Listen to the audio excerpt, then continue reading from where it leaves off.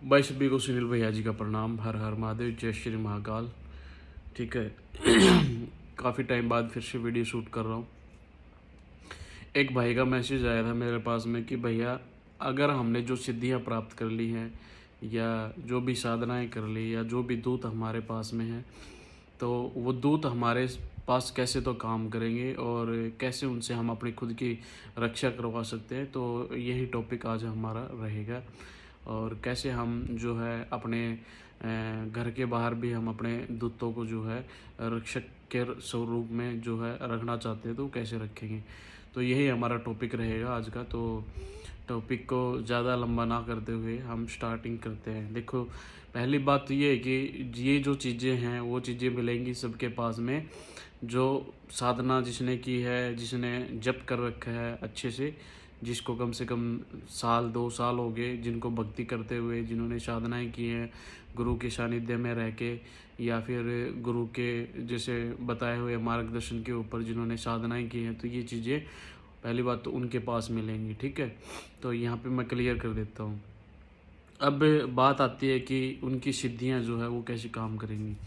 तो सिद्धियाँ जो है, देखो, सबसे पहले तो बात आती है प्रोटेक्शन की। अपनी जो है जाप अपना अच्छा होना चाहिए, और जाप जब तक आपका अच्छा नहीं होगा तब तक आपका जो है ना तो साधना काम करेंगी ना दूत काम करेंगे। ठीक है। तो जाप आपका अच्छा होना चाहिए, और आप जैसे आपके पास में धूना होना ज़रूरी है। धूना अगर जिसके पास में है तो वो कोई भी बंदा भस्म से ही अपना जो दूत बना के तैयार कर सकता है। ठीक है।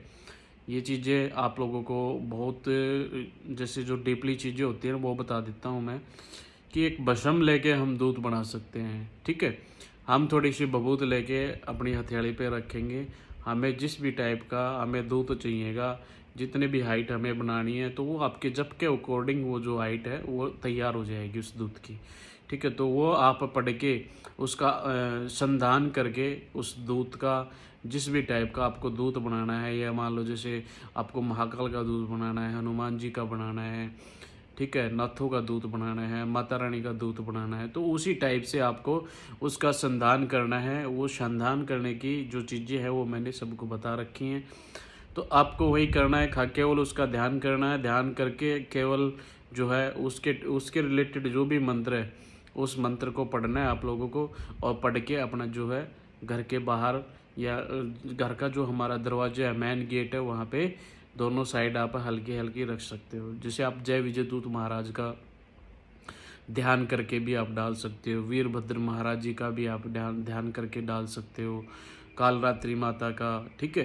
तो इस टाइप के नंदी महाराज का, तो ये चीज़ें जो है आप वहाँ पे उनका ध्यान करके भस्म लेके भस्म में ही वो जो है, क्योंकि हमारा जो सिस्टम है ना वो भस्म पे चलता है, नाथों का सिस्टम होता है, क्योंकि हमने धूना लगा रखा है। हमारा जो धूना है वो सात्विक है। ठीक है। तो उसमें हम गुरु गोरखनाथ जी का भी धूना बोल देते हैं। पूरे 9 के 9 नौ नाथ और 84 सिद्ध जो है हमारे धूने के इर्द गिर्द घूमते हैं। ठीक है। और हमारा सात्विक वैसे हो गया धूना। तो धूने के उससे हम ये चीज़ें कर सकते हैं। ऐसे ही हम अपनी जो भी साधना हमने की है उसी हिसाब से उसका ध्यान किया, भस्म ली, भस्म लेके वहाँ पे डाल के वो हमारा जो है रक्षक, उसमें टाइम अकॉर्डिंग हमारे होता है। जैसे मैंने 1 साल के रख दिया, 1 साल के लिए कर दिया, 6 महीने के लिए कर दिया, एक महीने के लिए कर दिया, तो वो अपने जो है टाइमिंग के ऊपर वो जो है चीज़ें काम करती हैं। ठीक है। तो ये जो प्रोसेस है वो तुम्हें खुद ही तैयार करना पड़ेगा कि मुझे किसको बिठाना है, किसको क्या करना है। तो इसी हिसाब से खुद का जो है अपना मैंने बता रखा है, अपना जो है रक्षा कवच आप लगा सकते हो। ओम नमो आदेश गुरु भगवान शिव जी को, या ओम नमो आदेश गुरु सुनील भैया जी को। जो सुनील भैया जी को जो गुरु मानते तो वो सुनील भैया जी का नाम ले सकते हैं।